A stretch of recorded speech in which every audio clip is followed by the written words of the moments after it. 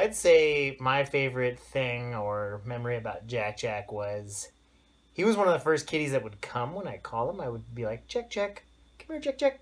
And he would like look up and come over to me.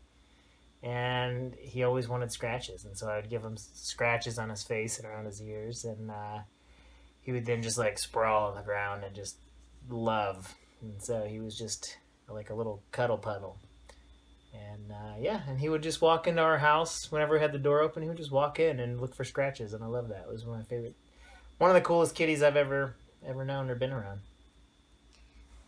I remember when it was raining outside and Jack Jack had happened to be on our house trying to catch like a mouse or a lizard or something that was crawling in the backyard, and he was mewing at the door, and I opened it, and then he walked around for a while, and I sat back down on the chair in the living room, and he jumped into my lap, and he started purring, and then I stroked his fur until he went to sleep, and he just sat there for the entire time. Hey y'all, it's Megan. I'm so sorry to hear about Jack Jack, or Big Cat as he was known around here. That's such a bummer, man. I'm really sorry. And I wanted to share 4 of my favorite Big Cat memories with you guys.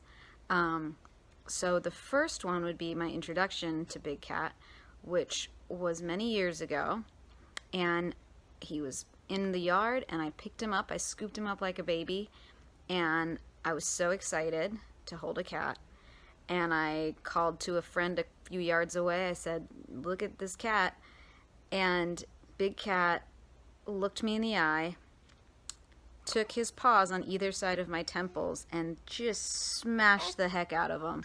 And I definitely saw stars.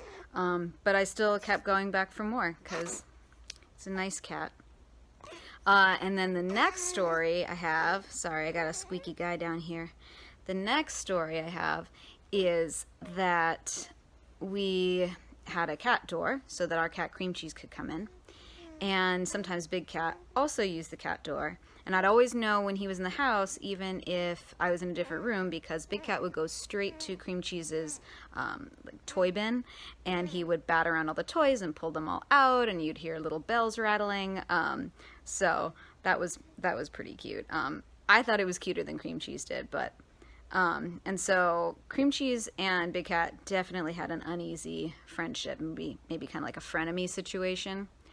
And my third story is maybe the most impressive, because one day I was sitting here in the living room, exactly where I am now, and I heard a skitter up on the roof. It was more than a skitter, though. It was pretty loud. And I ran outside to see what giant squirrel could be making that much noise. And when I got there, what I saw instead was Big Cat and Cream Cheese on the edge of the roof fighting. And they continued to fight as they both fell like in a tangle of cat. And then they hit the ground, kind of dazed, shook it off, and continued fighting. And there were other neighbors in the yard that were equally impressed. There was a kid coming off his Galaxy shift who was just like, oh my god, what was that? And so it was pretty Matrixy. It was pretty impressive. And then my fourth memory is far less violent. After Cream Cheese got hit by a car, we were, so incredibly sad and missed him so much. But Big Cat would come hang out and sit in the garden with me while I gardened, or sit on the porch with me while I read the newspaper, and it was just so nice to have him around.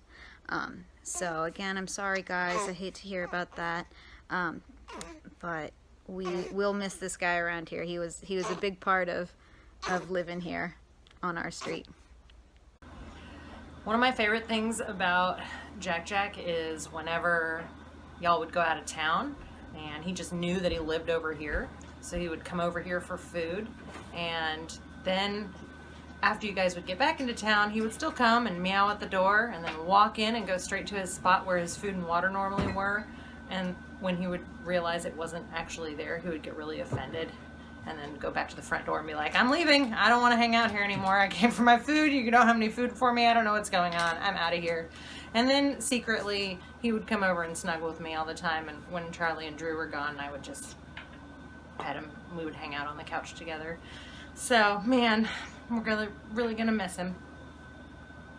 Hey neighbors. This is Thomas. I just wanted to send a little message to say I'm really sorry a bit about Big Cat, as he was known over at our house. Big Cat has a long history over here. He was our cat, Cream Cheese's best friend slash mortal enemy slash lover slash friend. They did everything together, from biting each other to kissing each other to laying next to each other to screaming at each other all day long to chasing each other, hunting each other. They really did it all together. Some of the memories I'll always have in my mind about Big Cat is that nobody on this street really knew whose cat he was. I heard stories that the people before us in this house had kittens, and he was one of those kittens, and that's why he always felt, when they left, that's always why he felt so just blazing to be able to come into our house whenever he wanted to. Every time we opened the door, he'd like sneak in. When we had a cat door, he'd sneak in. Anytime I would walk out the back door to do laundry or do something, he would sneak in. So he really felt like he owned this place. And I quickly realized that every other person on this block also had similar stories that Big Cat would just run into their house. They all had different names for him, but that's really funny that he just made himself at home wherever he was, and that shows quite the personality. One story I want to tell is that before I knew, kind of when I first put the cat door in, before I knew Big Cat was even using it, one night I woke up to Cream Cheese screaming and going crazy, running around, and I looked out from my bed. It was like 2 in the morning, and I just see these glaring eyes with half of a body sticking inside the door and half a body sticking outside the door. And it was so scary because I had no idea what it was. So I run out there, I turn on the lights, and Big Cat was just standing there, not scared at all. And then he just walks in and he goes over to Cream Cheese's bucket of toys and starts batting them around. And then he just goes and lays under the couch for the rest of the night, and I couldn't get him. So I just went back to sleep, and the next morning let him out. Anyway, thanks for all the great memories, Big Cat. We love you so much, and we're really going to miss you.